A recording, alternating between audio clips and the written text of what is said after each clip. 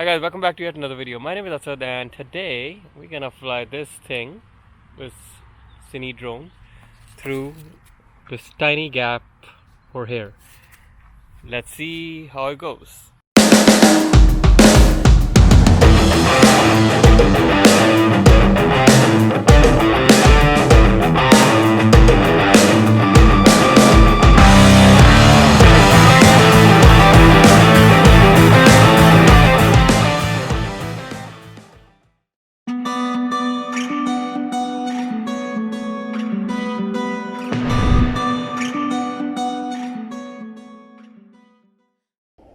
So my FPV journey has started like a few months back, as you guys have seen from some of the videos of this channel, and ever since that I'm still learning how to fly.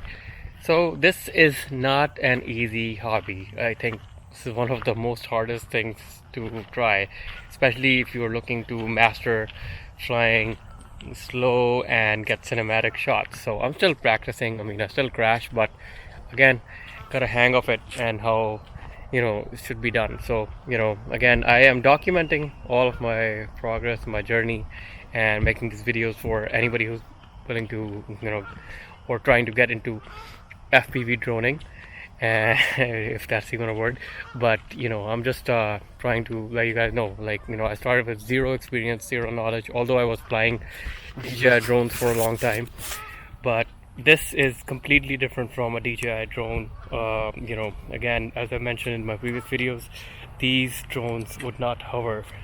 You have full control over how you're flying, and basically you if you let the sticks go, the drone or aircraft is coming down right away, and there's no return to home, nothing like that. So you have to master how you fly, and for that, I've been using the lift-off simulator. That was a great help in learning, or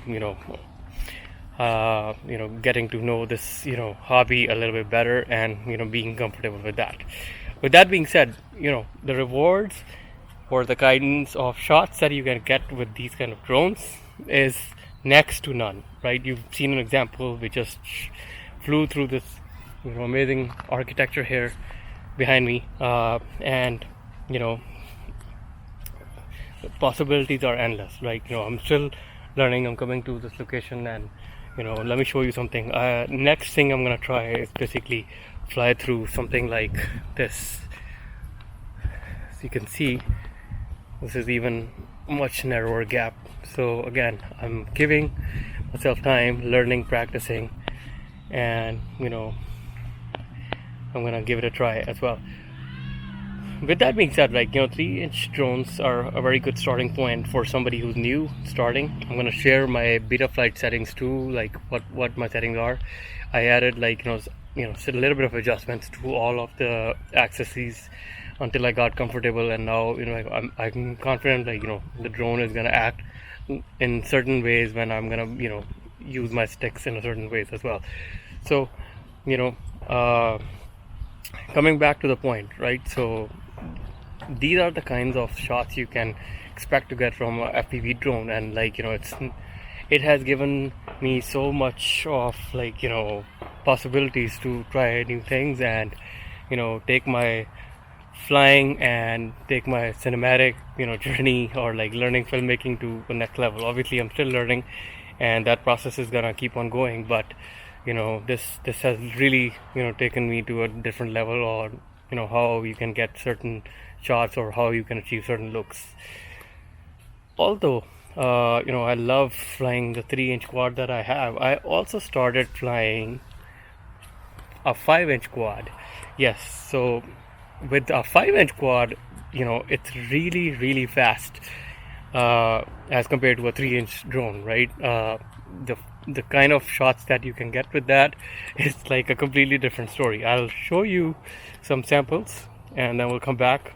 Actually, we'll go back to the studio and finish the video in my studio. So let's watch this video first, and then we'll come back and discuss more about the 5-inch quad and the differences between the 3-inch and the 5-inch build.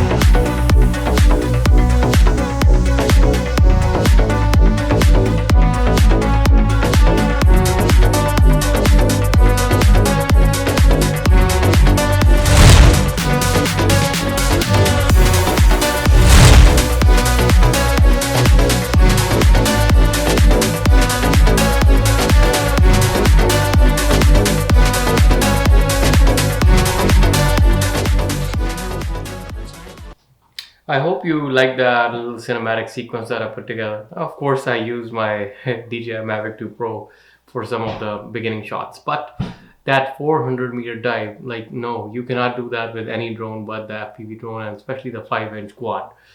That's the main difference between the 5-inch quad and the 3-inch drones, right? They are very, very, very powerful and quick.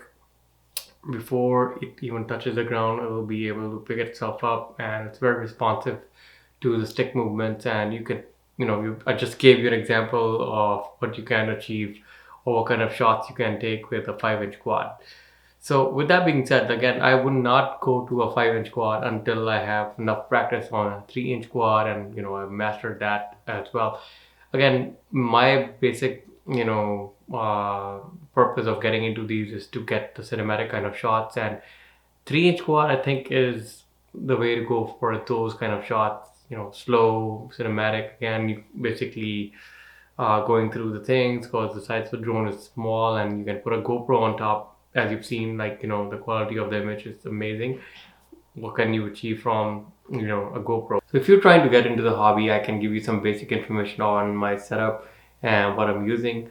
Again, I am not using the very, very expensive kind of items. I'm using the Tronix QX7. It's one of the basic radios, but I think it's working well for me, and I don't feel the need to upgrade from that to expensive radio, because my flying is pretty much in close distance. I don't go really, really far out and stuff like that. For my FPV goggles, I'm using the Fat Shark Scouts. They're around $200 and give me the analog signal from my drone. And for the drone itself, it's basically iFlight Mega B 2.1 for my 3-inch quad, and for my 5-inch quad, I'm using the Nazgul 5 version. I'm going to leave the links to all of these items in the description down below, so you can have a look at that as well. So if you like this video, do give it a thumbs up and let me know in the comments down below how do you like it, or if you have any feedback for me. I keep on trying to improve my production quality and come up with new videos for you guys. So do consider subscribing, because I post every week. On that note, I'm going to leave you with some more cinematic footage that I captured yesterday and from a 3-inch quad. So on that note, I'm going to sign off, and I'm going to see you guys next week. Goodbye.